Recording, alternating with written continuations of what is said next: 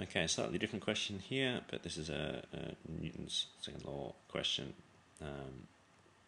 dealing with the old car trailer scenario. So what is the value of the tension force T acting on the tow bar when pulling the trailer at 20 meters per second? Well, from the graph, at 20 meters per second, the resistance on the trailer is, I reckon, equal to about 60 newtons. So here's a little diagram.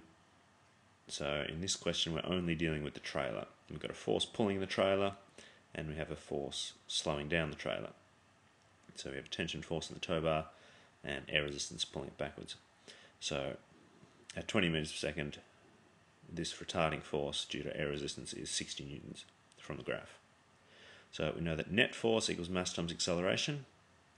So tension force forward minus resistance force, because it acts backwards, act opposite. So one minus the other equals mass times acceleration.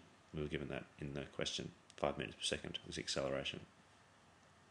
So tension force, which is our unknown, minus the 60 newtons, resistance force equals 4,000. So the tension force in the tow bar must be equal to 4,060 newtons.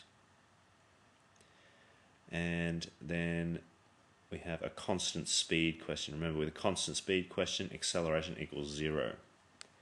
So for acceleration to equal 0, net force must equal 0. Now we know that at 25 meters per second, we can read off the graph. At 25 meters per second, we can estimate that air resistance is about 100 newtons. So we have 100 newtons pulling it back, so we must have 100 newtons pulling it forward for acceleration to be equal to 0 and net force to be equal to 0. So the forces balance out. So here it is, tension minus 100 equals 800 times 0, which is 0. So tension must equal 100 newtons.